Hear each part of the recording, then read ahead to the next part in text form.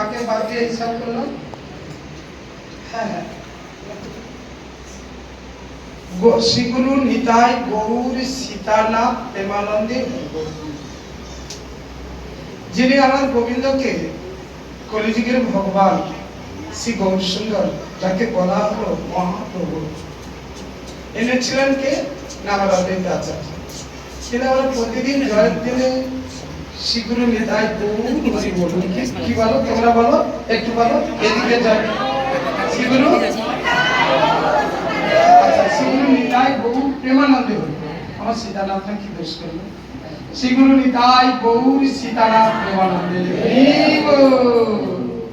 অদ্বৈত আচার্য বলছিলেন কিন্তু আমার কথা বলো না, কিন্তু আমরা থেকে ছাড়বো কেন? যেমন এই 6 গোসাই যাবে বজে কৈলাস, বজে রাধা কৃষ্ণ নিত্যলীলা করিলেন বলা হয়, কিন্তু আমরা লোকনাথ ভূগর্ভ কি দোষ করবো? তাকে কি করবো তাহলে?